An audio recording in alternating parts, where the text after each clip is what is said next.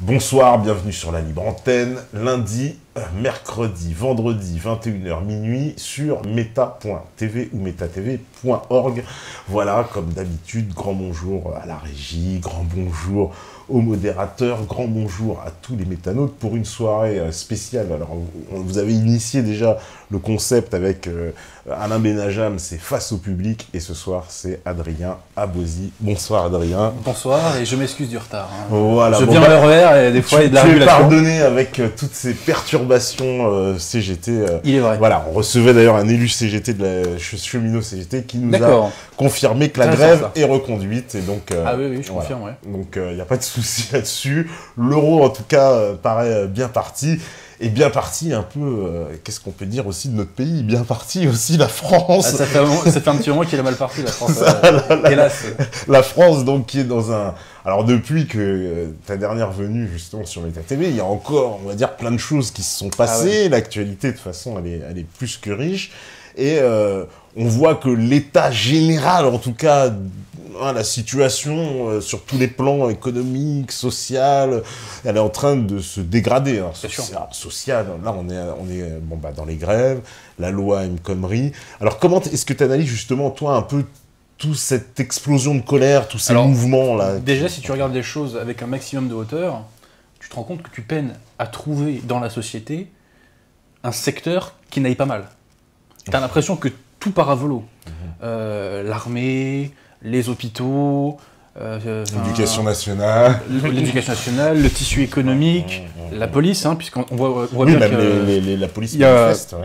Il y a un grand malaise des policiers pour la haine anti-flic, qui est pour moi d'ailleurs quelque chose, je dirais, de très artificiel, cette haine anti-flic. D'où vient cette fameuse haine anti-flic dont on parle en ce moment? On sait très bien que c'est ce que j'appelle moi la bourgeoisie complexée, c'est-à-dire tous ces groupes d'extrême gauche qui, complexés d'être bourgeois et complexés d'être blancs, essaient de se chercher une radicalité, essaient de se chercher une épaisseur qu'ils n'ont pas.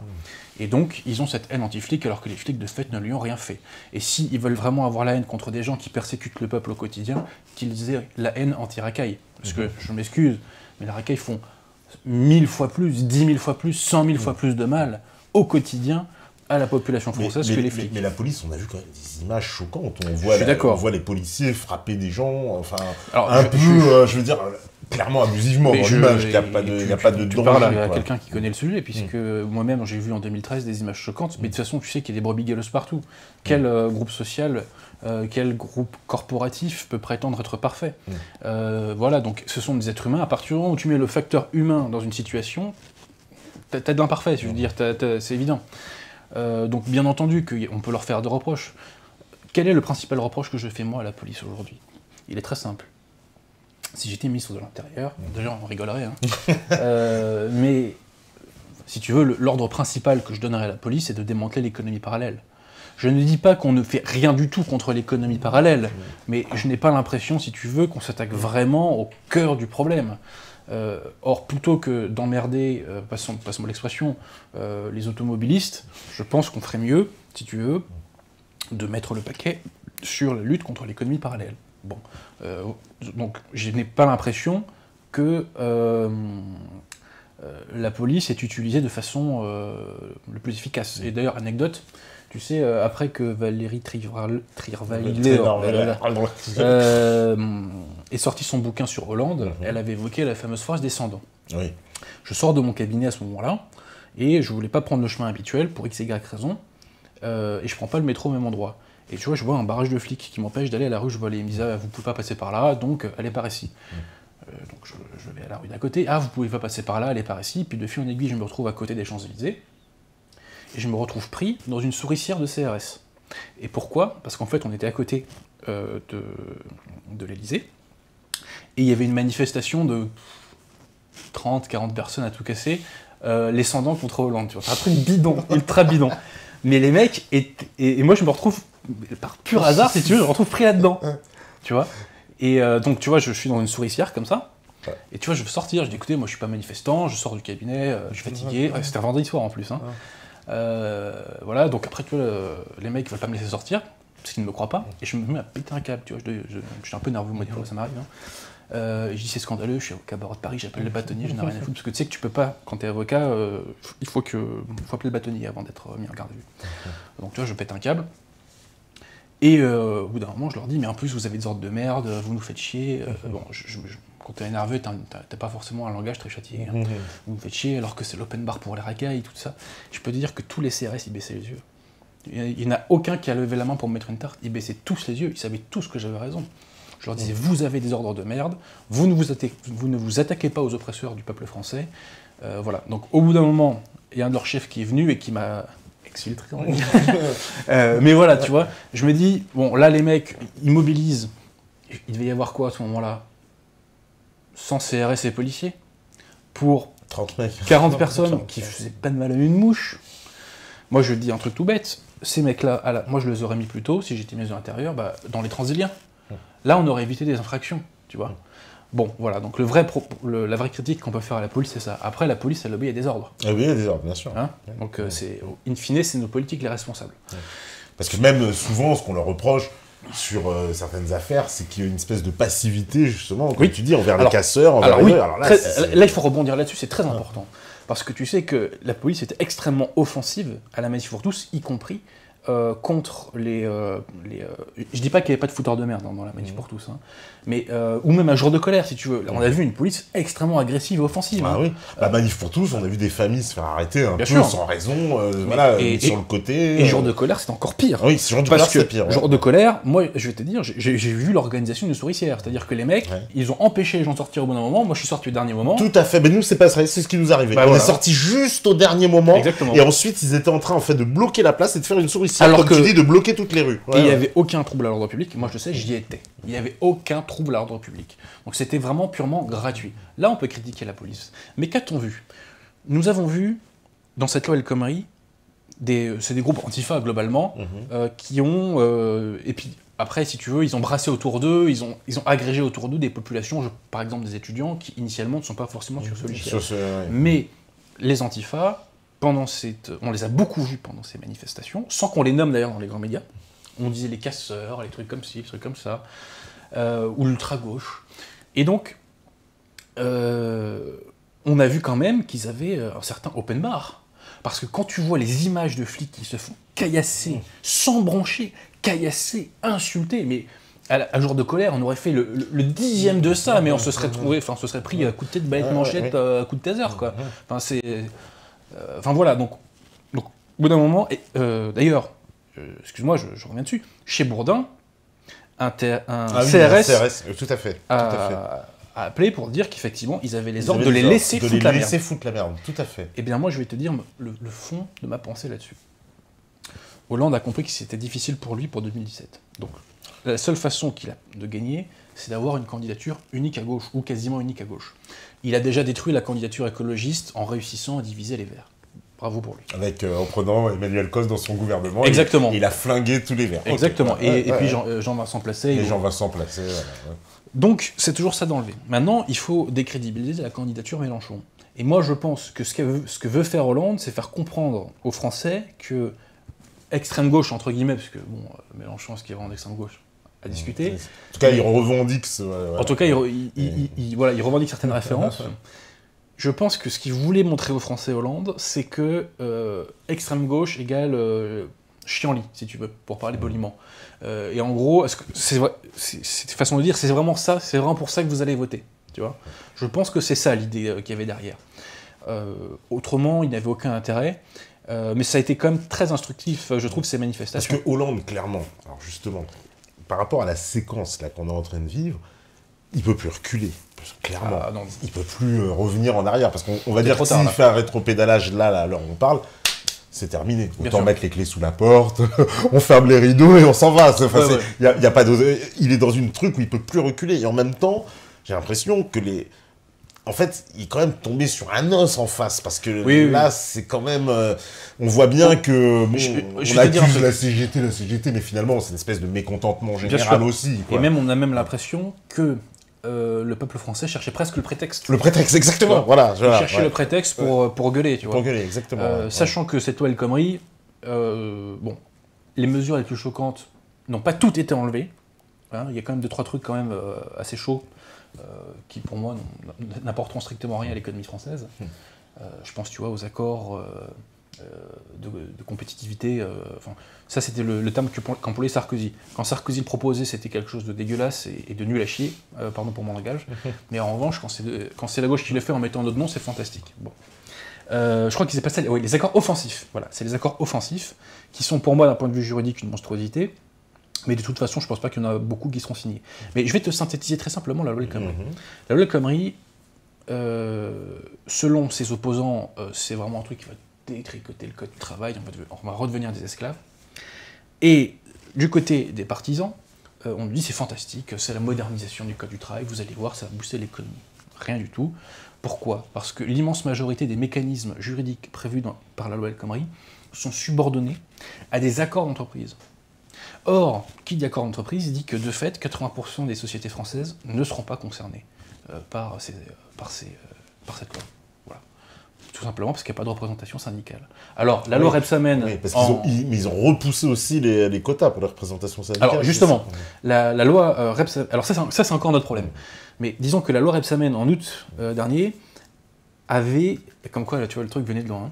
La loi Rebsamen avait, je dirais, libéralisé la négociation collective. Ouais. Ce qui n'était pas forcément une mauvaise chose d'ailleurs, soit dit en passant. Et la plupart des gens sont pour. Moi, voilà. Même avec le représentant CGT, je dis, mais les gens sont plutôt pour qu'on inclue un peu de démocratie dans l'entreprise, entre guillemets. Alors là, la loi El Khomri dispose que un accord d'entreprise, pour être majoritaire, désormais, doit être validé par 50% des salariés.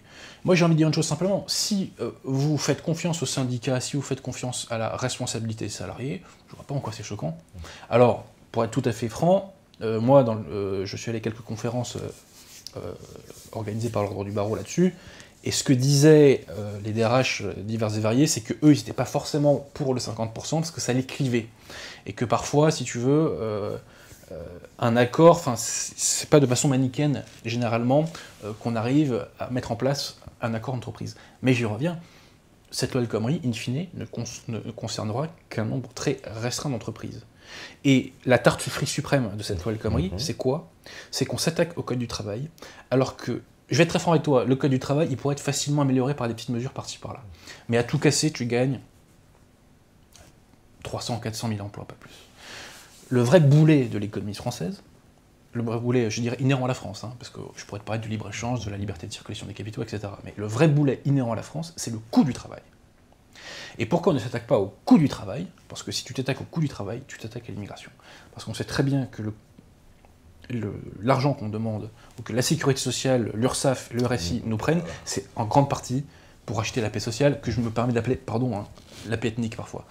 Donc, si tu veux, cette loi El Khomri, c'est une tartufferie suprême, et il y a beaucoup de leviers pour relancer l'économie française pour pas trop cher, et ces leviers, on ne les fait pas, on ne les utilise pas, parce que c'est pas dans l'intérêt du mondialisme, tout simplement. Oui, parce qu'on voit que cette loi aussi, c'est un peu ce qu'ils essaient d'imposer aux Belges aussi en ce moment. Il y a des grandes manifestations en Belgique. Alors précisément, je ne sais pas ce qu'on propose aux Belges. Alors visiblement, ça ressemble beaucoup à une réforme qui aille dans le sens. L'Union européenne est derrière. Voilà. Donc voilà. Mais elle est derrière, mais attention, l'Union européenne, il faut quand même si tu veux, qu'on définisse bien le périphérique des responsabilités des uns et des autres. Le périmètre, pardon. L'Union européenne fait des recommandations, mais ces recommandations n'ont pas force de loi. Elles n'ont pas force obligatoire. Donc le gouvernement peut très bien ne pas les faire. Et petite parenthèse, quand il s'agit de racheter la dette grecque à tour de bras, ça ne dérange personne de violer les traités européens. Ouais. Donc le traité européen, contrairement à ce que pense parfois d'ailleurs Asselineau, quand on a envie de ne pas le respecter, on ne le respecte pas. Ils se sont pas gênés, ils ont piétiné déjà plusieurs fois, c'est vrai. Vraiment, c'est vraiment... Et d'ailleurs, même, je veux dire, après les attentats, on a fermé les frontières immédiatement. Je veux dire, on ne s'est pas posé la question de savoir si on n'a pas appelé Bruxelles... Schengen n'existe plus trop à l'heure actuelle. Oui, tout à fait. Mais en tout état de cause, effectivement, il y a une situation de détérioration générale de la société française. Le mécontentement, à part chez les winners, passe-moi l'anglicisme, de la mondialisation, et encore, je pense que même eux, ils commencent à tirer la langue, de toi à moi, il y a un mécontentement global. Et de fait, ce mécontentement se fonde sur des raisons objectives. Tu sais qu'aujourd'hui, dans les médias, quand on parle du mécontentement du peuple, on te dit que c'est un manque de pédagogie, même on va plus loin, c'est qu'on te dit qu'il ne vit pas ce qu'il vit. Tu vois, on te dit qu'il ne vit pas ce qu'il vit. C'est comme le grand remplacement qui n'existe pas. Dire que le grand remplacement n'existe pas, c'est comme dire que le chômage de masse n'existe pas. Ça n'a aucun sens, si tu veux. Mais bon, c'est comme ça. Mais il y a un mécontentement général. La superstructure française ne reflète pas ce mécontentement général. La vraie souffrance française, on ne la voit pas ou peu quand même dans les médias, si tu veux. La souffrance de ce qu'on appelle la France périphérique, c'est-à-dire toutes ces zones dont la vie économique a été vampirisée par les mégapoles, si tu veux, qui sont en train de crever. Moi qui connais un peu la Provence et le Limousin, je vois ça. Tu vois là-bas, c'est pauvre, tu vois, en 3 secondes et demie, quoi. Il n'y a pas d'activité économique, c'est complètement mort. Ça, tu n'as quasiment aucune visibilité médiatique de cela. La visibilité médiatique, elle est concentrée sur Nuit debout. Hein, elle n'est pas concentrée sur les gens du Limousin qui n'ont rien à bouffer. Hein, parce que là, pour le coup, des fois, il y a de la misère. Hein. Enfin bref, je m'emballe.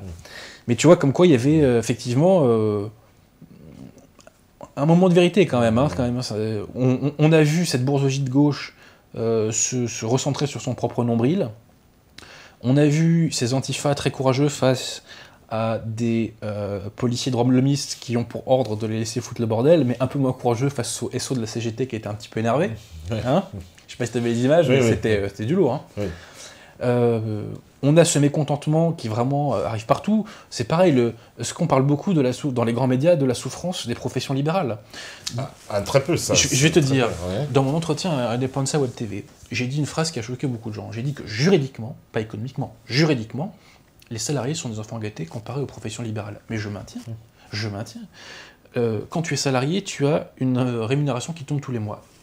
Une rémunération régulière. Ce n'est pas le cas de l'immense majorité des professions libérales. Quand tu es salarié, tu as le droit à l'association chômage. À l'assurance chômage.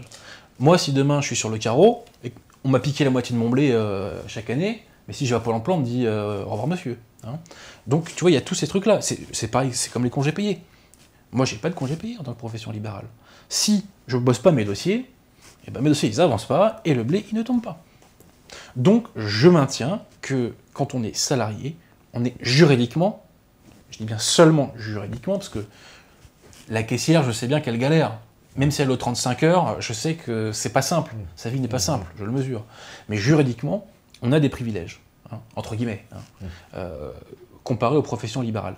Mais tu vois, le mal-être des professions libérales, ça n'existe pas. On a l'impression que le curseur médiatique concerne uniquement la bourgeoisie de gauche et les banlieues. Tu vois, c'est les deux trucs dont on parle, Nuit debout et les banlieues. Mais en revanche, tous ces trucs-là dont je te parle, on en parle très peu. Même Calais, si tu veux, on en parle très peu. On en parle dans la nouvelle opinion publique, on en parle même beaucoup.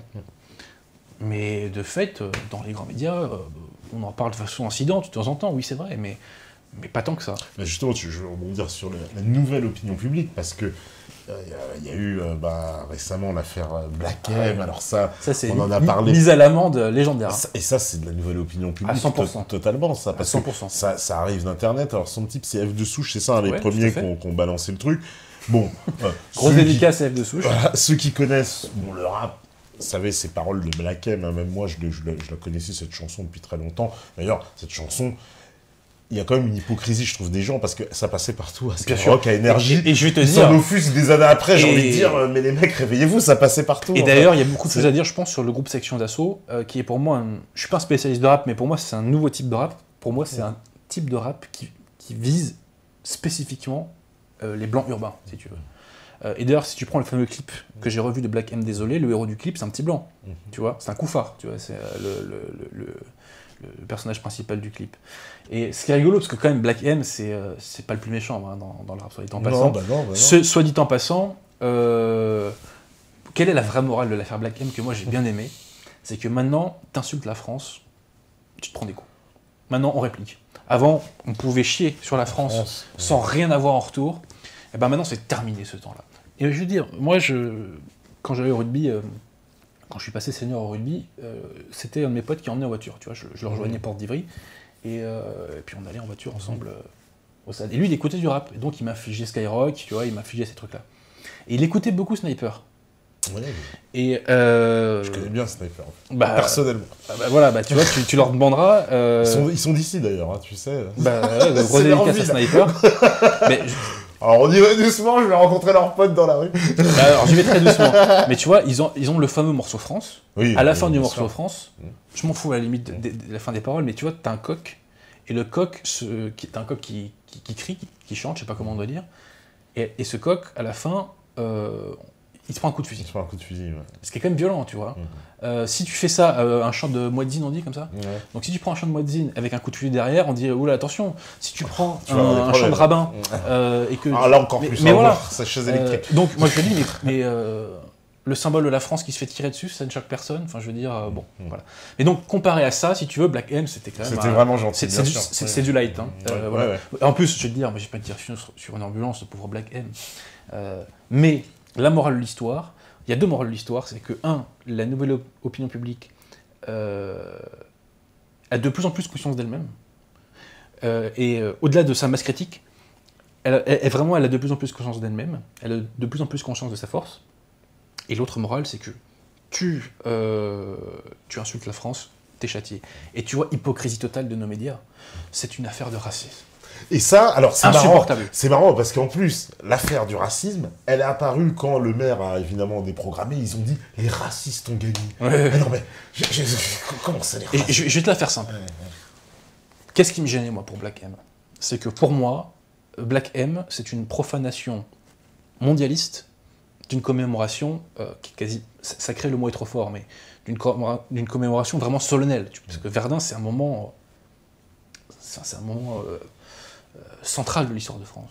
C'est extrêmement important, la bataille de Verdun. Mais je suis en train de te dire que la commémoration qu'on a eue était aussi une profanation mondialiste. Hein. Ça a été en passant. Les mecs n'ont même pas eu les, coronesses de prononcer le mot de Pétain, mais vous êtes des baltringues, vous êtes des grosses baltringues. Ils n'ont pas pu prononcer. Alors ça, c'est marrant, oui, parce que faut pas oublier que Pétain, ce grand héros de Verdun... Non, mais il a été effacé. Il a été effacé, c'est comme dans l'Union soviétique. Tu sais, on reprenait les photos dans les livres d'histoire, puis on effaçait les têtes des gens. Ouais, c'est ça, ouais. Et ben, Pétain, il a disparu. C'est pareil.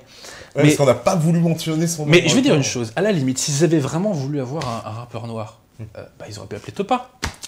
Mais t'aurais eu tous les gauchistes qui auraient dit oui, c'est pas fasciste. Si vous voulez vraiment un rappeur noir patriote, vous appelez Topa. Pourquoi ils n'ont pas pensé à appeler Topa? Non, moi s'ils m'appellent, je t'aurais tous les gauchistes sur le dos. Question simple. Non mais voilà, écoutez, il faut savoir. Mais tu vois, on voit bien toute la tartufferie du système qui, au final, n'a que l'accusation de racisme et de complotisme à nous renvoyer. Ouais, nous renvoyer parce que... tout et n'importe quoi. Ouais. Parce qu'on a vu même, dans la foulée, puisqu'on a des actualités, mais bon, Benzema, c'était la même chose.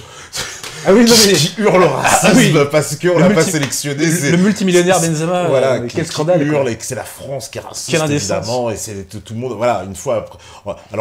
Alors, soi-disant, j'ai vu, parce qu'il y a beaucoup de gens qui le défendent sur les réseaux sociaux, et qu'on dit, oui, mais...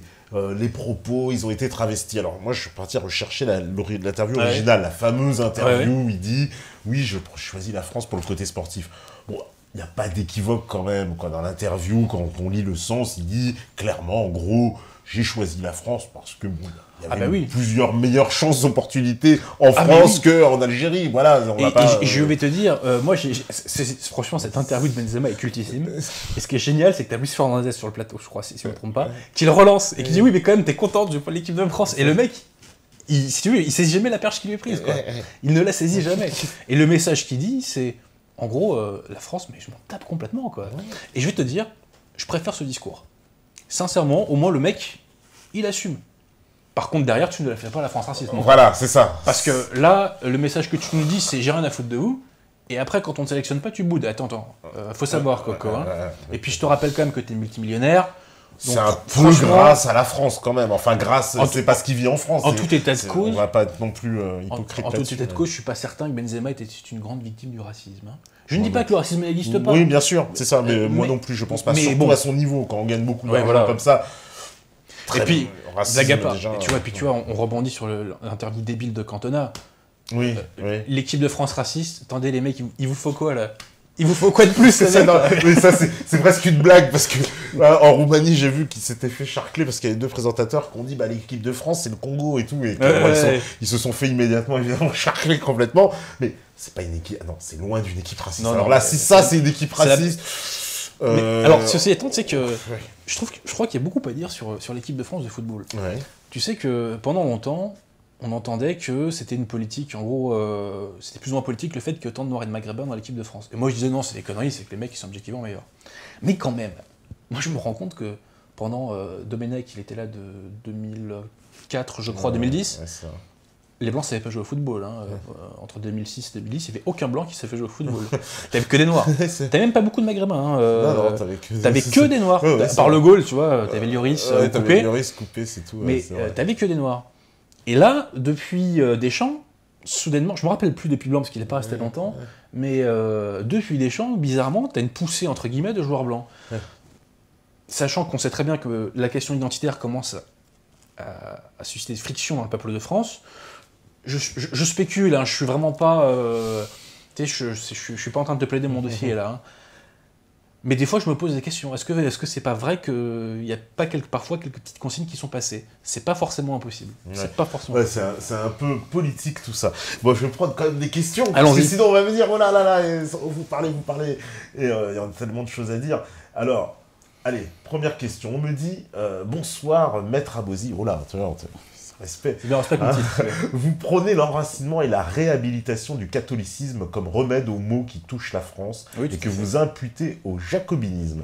J'aurais deux questions à ce sujet. Alors déjà, le mec commence bien, il négocie. J'aurais deux questions à ce sujet qui se rejoignent. Premièrement, concernant la foi catholique, comment espérez-vous que son grand retour s'opère dans la société où le rationalisme critique a pris une place prépondérante ?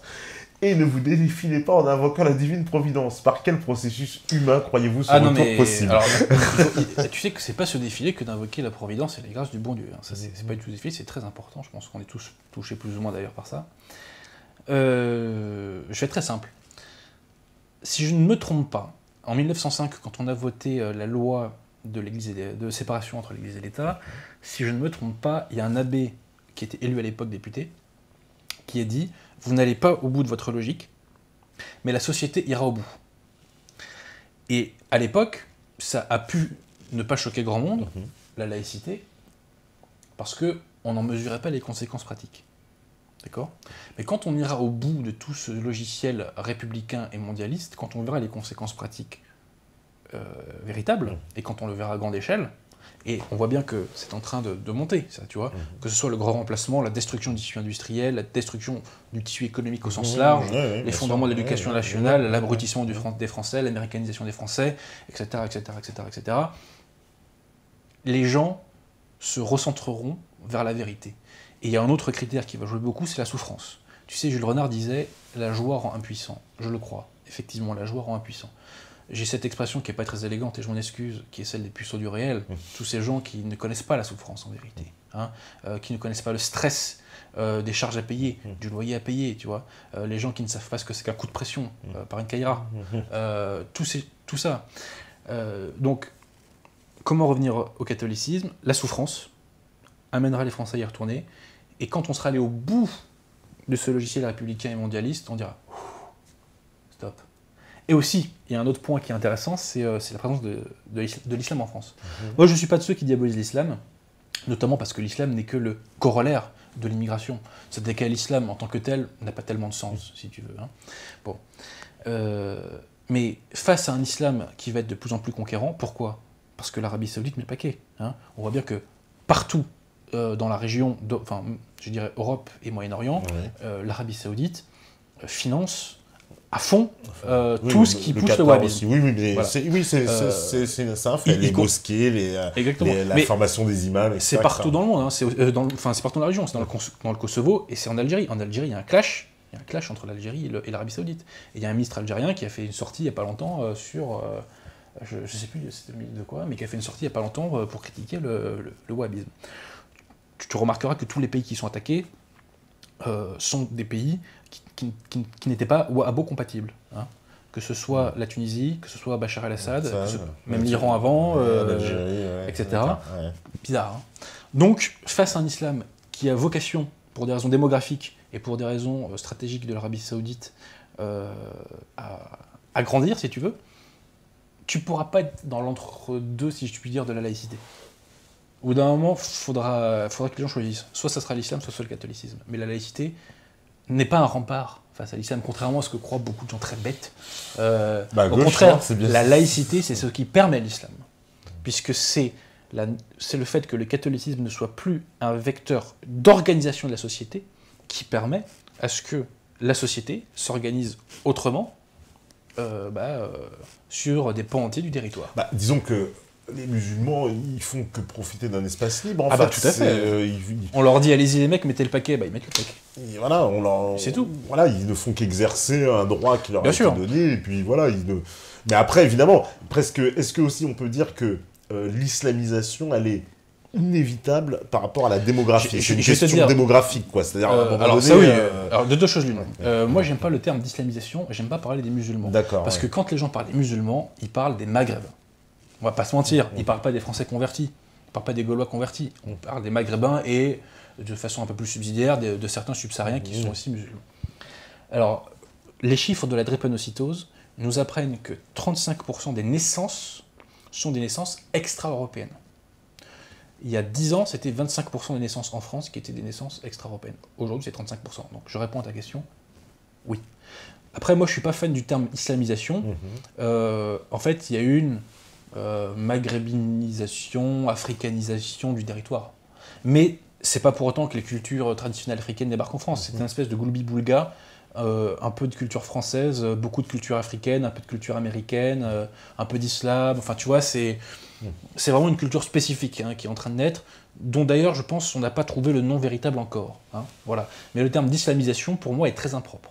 Je te raconte une anecdote toute bête que je trouve marrante, mais significative. Qui sont arrivés à deux de mes potes au lycée. Ils étaient deux devant mon lycée, arrive une bande de racailles. Donc tu vois, les mecs qui sont 5-6, donc 6 contre 2, on peut les embrouiller, classique. Et un de mes potes avait un sandwich à la dinde. Détail très important. Donc mes potes se font embrouiller, et puis à un moment, t'as une Kaira qui prend son sandwich. Donc il lui vole, il lui prend son sandwich, tu vois. Il s'apprête à le manger, et il fait « Eh mais attends, c'est du porc ça !» Tu vois. Donc, tu vois la très bonne image de l'islam qui renvoie, c'est-à-dire que l'islam permet le vol selon lui. Enfin, ça permet pas de manger du porc, mais ça permet le vol. Bon, c'est pas grave. Mais tout ça pour te dire que j'ai un minimum d'honnêteté intellectuelle. Ce mec-là, qui se revendique de l'islam parce qu'il mange pas de porc, c'est un musulman à carton-pâte. Bon, j'ai cette honnêteté intellectuelle.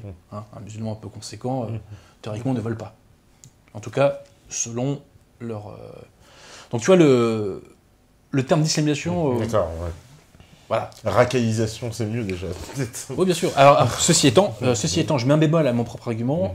Quand Boubacar, après les attentats, nous sort qu'il faut 2 fois plus de mosquées, là, par contre, oui, on peut parler d'islamisation. Je parle de ça parce qu'il y a eu aussi certaines directives qui ont choqué, entre autres Belkacem, qui va augmenter l'enseignement de l'arabe dans les écoles, oui, tout à fait. Doubler le nombre de profs, etc. Je crois qu'on va pouvoir commencer les cours plus tôt aussi vers les petites classes. Et je crois qu'il y a un truc très profond d'un point de vue électoral là-dessus, c'est que la gauche sait qu'elle a besoin des voix des Maghrébins pour gagner, d'accord ? Mais elle sait aussi qu'elle a perdu en grande partie des voix des Maghrébins à cause du mariage pour tous et à l'époque avec l'affaire Dieudonné, si tu veux. Avec l'affaire Valls-Dieudonné. Et donc, du coup, les intéressés sont contraints d'aller chercher les voix des Maghrébins, tu vois. Et c'est pour ça que, quand même, on a voté la reconnaissance d'un État palestinien à l'Assemblée nationale, ce qui est quand même énorme quand on y pense. Petite dédicace à ceux qui pensent que le lobby sioniste est tout puissant et qui tient tout, en passant. Qu'est-ce qu'on a fait d'autre ? Donc là, voilà, donc tu vois, enseignement de l'arabe. Valls revient sur sa fameuse déclaration « Je suis éternellement lié à Israël ».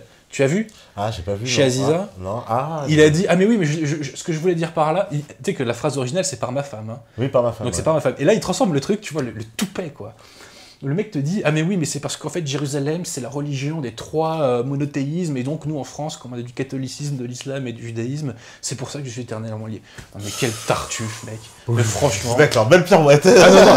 Ceci étant, très bon, les communicants, très très bon. Mais tout ça étant... Le fond de tout ça, moi je pense que c'est que la gauche veut...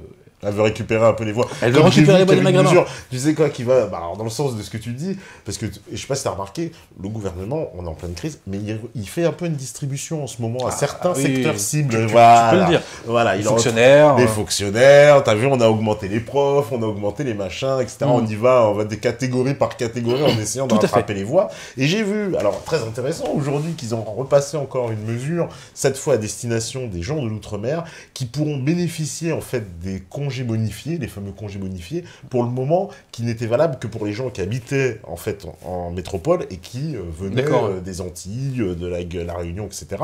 et qui avaient le droit tous les 3 ans, je crois, on rembourse en fait le billet d'avion pour aller là-bas. Et bien maintenant, ça pourra aussi marcher dans l'autre sens. Eh bien, tu me l'apprends. Ça pourra marcher donc des Antillais et des Réunionnais qui pourront venir en France à leur tour et être remboursés. Tu me l'apprends, je l'ignorais. Bah voilà. Mais ça va dans la démarche de faire en ce moment les petits cadeaux un peu partout parce qu'on a du mal. Tout à fait, ouais. Voilà, donc petits cadeaux en plus. Donc, on voit ce que c'est la démocratie, hein. Vraiment, voilà, parce que là, on a vraiment l'exemple, parce qu'ils font clairement tout ça, on sait, c'est pour 2017, parce qu'il n'a plus rien, Hollande, hein, je veux dire, là, il faut qu'il fasse quand même des petits cadeaux, là. Ouais, c'est que ça. Tu pouvais critiquer Sarkozy, mais quand même, Sarkozy a un bilan. Négatif, il avait un bilan. Hollande, à part le mariage gay, qu'est-ce qu'on va retenir, quoi? Franchement, qu'est-ce qu'on va retenir de Hollande, quoi? Peut-être les mêmes conneries, mais qui s'annoncent comme... Ce qu'on va retenir de Hollande, c'est le Hollande sécuritaire, moi, je pense. D'ailleurs, on ne l'attendait pas sur ce terrain-là, hein, oui, ça c'est vrai, ouais. Mais au final, ce qu'on retiendra, c'est l'état d'urgence, le côté tu vois, policier, sur les renseignements. On n'a jamais été autant, on va dire, dans cette séquence-là, justement, très, très policière. Pire que sous Sarkozy. On n'aurait pas pensé que c'est vrai, à la limite, c'est vrai que Sarkozy, qui s'était fait on va dire quoi, c'était la tête de proue, Sarkozy sécuritaire, tout sécurité, et Hollande... C'était un peu du blabla. Mais c'est vrai que, si tu veux... Paradoxalement, le quinquennat Sarkozy va passer pour un âge d'or des libertés, y compris sur Internet. Parce que sur Internet, la nouvelle opinion publique, si tu veux, pouvait se développer tranquillement, et on voit bien que là, le gouvernement a pris, avec un peu de retard, conscience du phénomène, et qu'ils vont tenter de museler. Hein. Donc, mais effectivement, nous avons le gouvernement le plus liberticide depuis la guerre d'Algérie. C'est évident.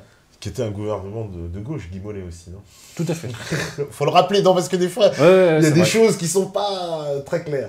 Alors, on me dit, Maître Abosi, encore, oulala, mon Dieu, bien qu'ayant un logiciel différent de celui d'Alain Soral, vous êtes tous les deux catholiques convaincus, très cultivés, amoureux de la littérature et de la France éternelle.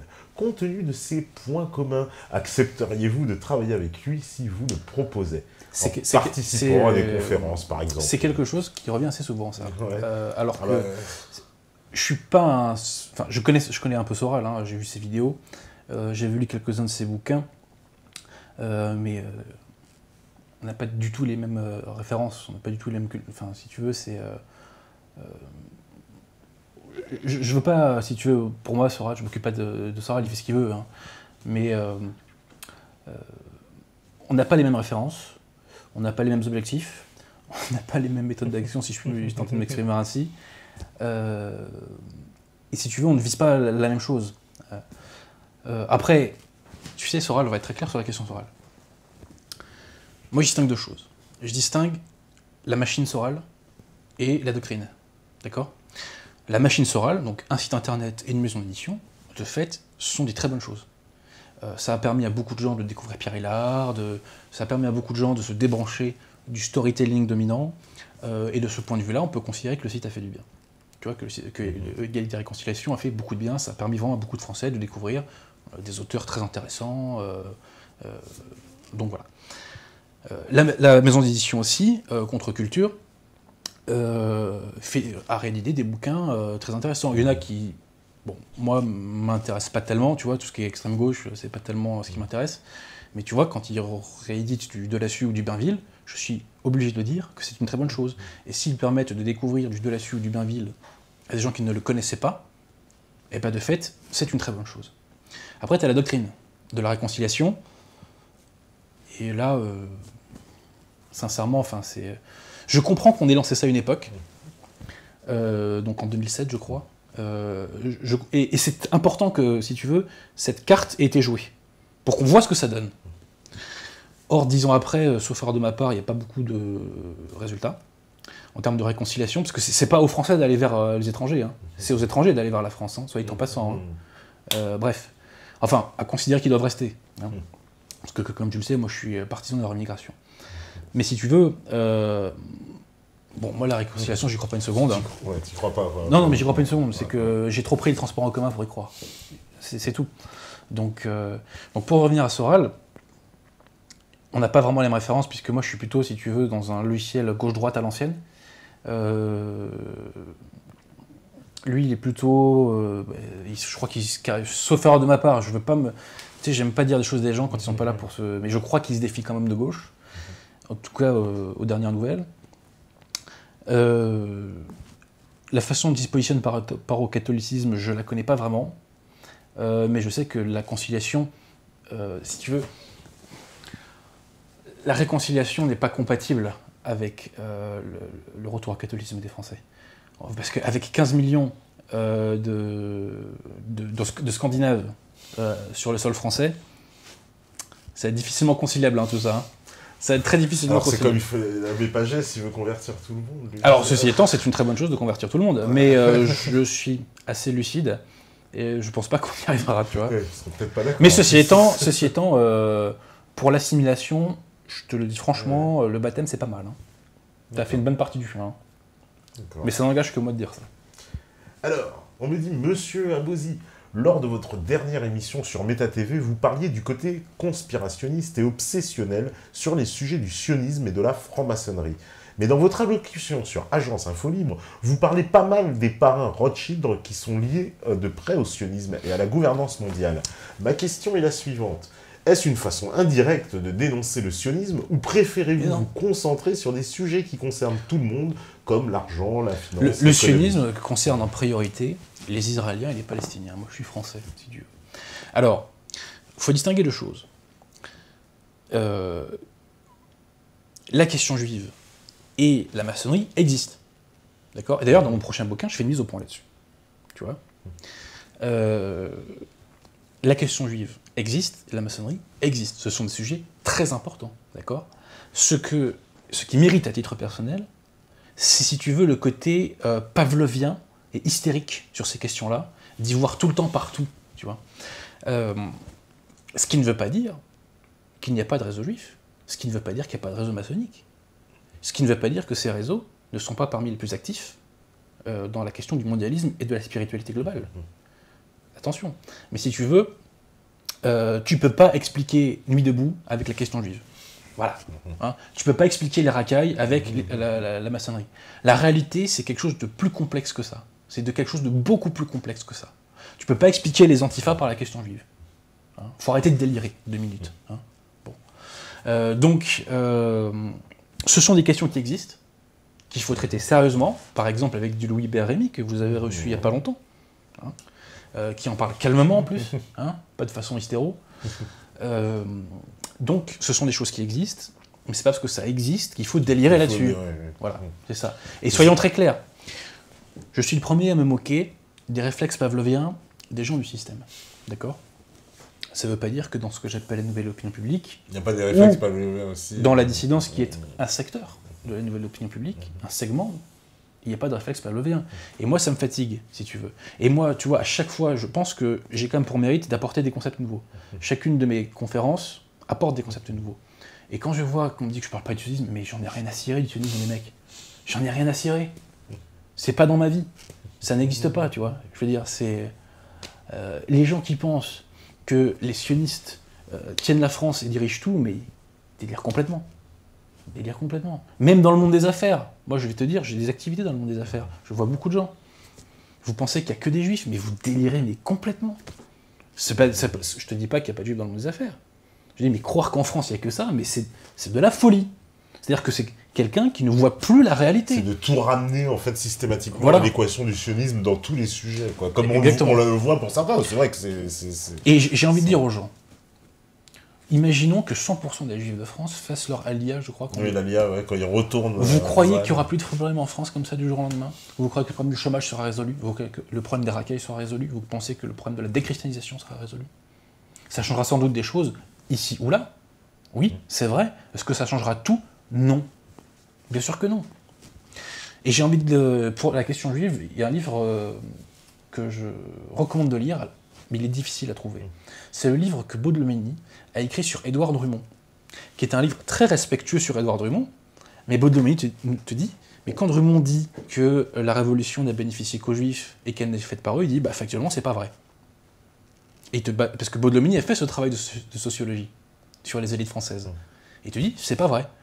Il te dit par exemple que la bourgeoisie juive ne s'est pas imposée à la société française. La bourgeoisie juive a été cooptée par la bourgeoisie, j'allais dire par la haute féodalité louis-philippienne, qui avait besoin de non-catholiques pour mener une politique anticléricale. Pourquoi ? Parce qu'ils voulaient faire une politique qu'on appelle le dérivatif. Ils ne voulaient pas qu'on s'attaque, si tu veux, aux véritables abus qui avaient fait leur fortune. Et donc, ils ont coopté des protestants, et des juifs et des francs-maçons. C'est une réalité historique, on va dire, dernier quart du 19e. Tu vois ? Et Baudelomini fait ce travail de sociologie, non délirant. Tu vois ? Et plutôt que toujours aborder la question juive de façon déliro-pavlovienne, lisez calmement l'histoire. Lisez calmement l'histoire, tout simplement. Okay. Alors, on me dit ça. Alors, une question simple. Vous avez déclaré à ma grande surprise que vous considériez Georges Clemenceau comme le plus grand traître de l'histoire de France. Pourriez-vous développer et étayer cette affirmation ? Ça vaut le coup parce qu'on avait parlé un peu la première fois. Si c'est à sa grande surprise, c'est qu'il va pas écouter jusqu'au bout, parce que je donne des arguments. Tu donnes des arguments, mais ça vaut le coup de faire un petit rappel sur ça. Dans mon prochain bouquin, je fais une petite mise au point sur Lani Clemenceau. Je lui fais mal, là, je lui mets quelques fessées. Alors, on dirait que Clemenceau était atteint d'une maladie très grave, qui s'appelle l'anglophilie, tu vois. Déjà, ça commençait mal. Contagieux. Alors, je vais faire simple. Qu'est-ce que je reproche à Clemenceau ? Je vais essayer d'être synthétique. D'abord, c'est à cause de lui que la France a été évincée d'Égypte. Puisque tu sais qu'il y avait un condominium en Égypte franco-britannique. Ouais. Et en gros, il y a une révolte nationaliste contre les franco-britanniques. Les Anglais ont envoyé des troupes. Et Clemenceau a tout fait pour que les Français n'envoient pas leurs troupes en Égypte, ce qui fait qu'à la fin, les Anglais sont restés les seuls maîtres en Égypte. Alors que si tu veux, il y avait des liens très profonds entre la France et l'Égypte depuis le XIXe siècle. Il faut savoir que ce sont des cadres français qui avaient par exemple refait la marine égyptienne, qui avaient refait, certains d'ailleurs s'étaient convertis à l'islam, j'ai plus leur nom en tête, mais ils avaient bossé en étroite collaboration avec Mehemet Ali, qui était d'origine albanaise je crois, et qui était vice-roi d'Égypte. Et donc si tu veux, il y avait des liens très intenses. C'est les Français qui avaient percé le canal de Suez. Oui, tout à fait, tu vois sûr. Et c'est à cause de Clemenceau qu'on s'est fait virer de ça. D'ailleurs, il y a un livre là-dessus que je recommande qui est marrant, qui s'appelle La France conquise, de Émile Florence. Déjà, le titre il tue. La France conquise. Le sous-titre, c'est Clemenceau et Édouard VII. Je crois qu'il a été écrit en 1905 ou 1907, quelque chose comme ça. Et Émile Florence, c'est pas rigolo, c'était le ministre des Affaires étrangères de Jules Ferry. Donc c'est pas un complotiste d'extrême droite, hein. C'est un mec du système, quoi. Mais il avait quand même un petit peu de reste d'envie de défendre les... Et donc ce Clemenceau, clairement, hein, donc c'est quoi ? Il a fait ça. Toi, tu dis aussi que dans la Première Guerre mondiale, Clemenceau, il fait un acte quand même qui mérite d'être souligné, c'est que la France fait une percée dans les Dardanelles et réussit à défaire, on va dire, l'armée ottomane et l'armée austro-hongroise. Et il n'y a plus d'armée, en fait, jusqu'à Berlin. Exactement. Et on a un couloir, en fait, devant nous, puisque de toute façon, les troupes allemandes sont autant qu'à Vienne. Et pourtant, Clemenceau donne ordre de ne pas bouger, c'est ça ? Qu'est-ce qui se passe exactement ? Ça c'est un événement historique qui est totalement incontesté. J'ai même vu que sur Wikipédia, ils en parlent. Alors, tu vois, là, c'est vraiment la fête. Il faut lire le livre de André Sheradam, La mystification du peuple allié. Ce que t'explique Sheradam, c'est que les Allemands ont vu venir leur défaite. Et que, en gros, pour l'amortir, ils ont pris des contacts avec les hautes strates britanniques. Notamment, tu vois, pour parler de la question juive, avec la finance juive d'origine allemande. Tu vois, qui aussi était importante aux États-Unis. Voilà, genre Warburg, etc. Voilà, exactement. Ouais. Enfin, et là, c'était aussi avec un maître de l'industrie qui s'appelait Steins ou Steins, je ne sais pas comment on prononce. Enfin, je renvoie les gens à ce bouquin de Sheradam, il met les noms. Là, je les ai plus en tête parce que ça fait plusieurs années que j'ai lu ce livre-là. En gros, c'est ça l'idée. Donc, tu vois, c'est que la victoire française ne doit pas être totale. Elle ne doit pas être foudroyante. Parce que si la victoire française est foudroyante, la France imposera un ordre européen... français, en fait, sera en position de force. Exactement. Quoi, vraiment, ouais. Et n'oublie pas une chose, c'est qu'en 1918, la France, c'est la première armée du monde. Les Américains se battent avec du matériel français. Et les troupes américaines ne sont pas des troupes aguerries. Hein. Tu sais que Foch a été très déçu dans un premier temps par les troupes américaines qui ne savaient pas se battre. Hein. C'est pas calomnie ce que je dis, hein. C'est factuel. Nous sommes la première armée au monde à ce moment-là. Et on peut réimposer vraiment un ordre français. Et donc, les anglo-saxons ont ça en tête, ils le devinent très bien. Hein. Je précise aussi que quand il y a eu l'offensive en Picardie, en mars 18, c'est parce que Pétain a envoyé, je crois, 22 divisions françaises que les Britanniques ont tenu le coup. Donc il y avait une dépendance militaire des Britanniques par rapport aux Français. Je reviendrai un jour parler de 14-18 ici. Ça pourrait être il y a des baudruches républicaines à dégonfler en parlant de 14-18. Et donc, te disais-je, donc, les Anglo-Saxons veulent une victoire française qui soit la moins foudroyante possible. Et donc, fait extraordinaire, en septembre, mi-septembre 18, les troupes alliées, menées par François d'Espéré, percent le front germano-bulgare. Et en plus, en face, l'empire austro-hongrois se décompose. Il faut savoir que le ministre hongrois de la guerre, je crois, a demandé aux troupes de mettre bas les armes. Donc là, il y a une décomposition de l'empire austro-hongrois. Donc ça veut dire que là, on peut foncer sur Berlin. On peut aller occuper l'Allemagne, pour des choses simplement. Une Allemagne extrêmement affaiblie. Une Allemagne au bord de la Révolution. Une Allemagne exsangue à cause du blocus. Donc là, vraiment, on peut les atomiser. Et je précise que pendant 4 ans, pendant toute la guerre, l'Action française a milité pour le démembrement de l'Allemagne, soit dit en passant. Donc tu mets tout ça bout à bout. Tu dis que les Français, s'ils sont un petit peu trop énervés, ils vont démembrer l'Allemagne. Tu vois ? Et donc François d'Espéré supplie le gouvernement de lui donner l'ordre de foncer, et à 2 reprises, on lui dit non, vous n'y allez pas. Voilà. Et c'est Clémenceau qui lui dit non, vous n'y allez pas. Et ça peut aller que dans l'intérêt britannique, parce qu'il n'y a évidemment aucune raison dans l'intérêt français de ne pas y aller, en fait. Et allemand. Parce qu'en plus, ça met fin à la guerre, et on va dire, on est les grands vainqueurs. C'est le coup quoi. Si tu veux, c'est la plus grande victoire française, voilà, depuis très très longtemps. Depuis très longtemps, Franchement, depuis très très très très longtemps. Et donc voilà, tu vois, donc surtout ça a sauvé l'unité de l'Allemagne, parce que si on avait pu... Enfin, ça n'a peut-être pas sauvé l'unité de l'Allemagne, mais en tout cas, ça nous a empêché de prendre la Rhénanie. Parce que tu sais que Foch voulait annexer la Rhénanie. Ouais. Ce que ne voulaient à aucun prix les Anglo-Saxons d'ailleurs. D'ailleurs, voilà, il paraît que les Anglais ne voulaient pas, ils voulaient pas entendre parler de ça. Et pourquoi, cher ami ? Parce que la Rhénanie, c'est une région les plus riches d'Europe, et les plus industrielles d'Europe. C'est un des plus grands poumons de l'Allemagne. Et petite parenthèse, si Hitler n'avait pas eu le poumon industriel rhénan, il n'y aurait pas eu de Wehrmacht. Il n'y aurait pas eu de Wehrmacht. Donc là, Clémenceau a commis un acte pour moi incalculable. Est-ce qu'il l'a fait par bêtise ou est-ce qu'il l'a fait par trahison ? Je serais tenté de te dire, ça revient en même. Tu vois ? Ensuite, si tu veux, je te parlais de la Rhénanie. L'armée française avait occupé la Rhénanie après la guerre pendant plusieurs années. Clémenceau a tout fait pour, savonner la planche de l'autonomisme rhénan que Mangin, le général Mangin, qui était présent, faisait tout pour stimuler. Et les Rhénans, les industriels rhénans, nous faisaient des appels du pied pour qu'on fasse des unions douanières, etc. Pas forcément pour s'attacher à la France, mais en tout cas pour qu'ils soutiennent l'autonomie. Eh bien, ça n'a jamais été soutenu par Clémenceau. Et Clémenceau, quand Lloyd George lui a dit « tu rappelles Mangin parce que là, il est en train de trop défendre les intérêts de la France », même s'il n'a pas dû dire ça comme ça, Clémenceau l'a rappelé. Et Clémenceau, dans son ouvrage « Grandeur et misère d'une victoire », qu'il a écrit en 29, donc juste avant de mourir. Pourquoi ?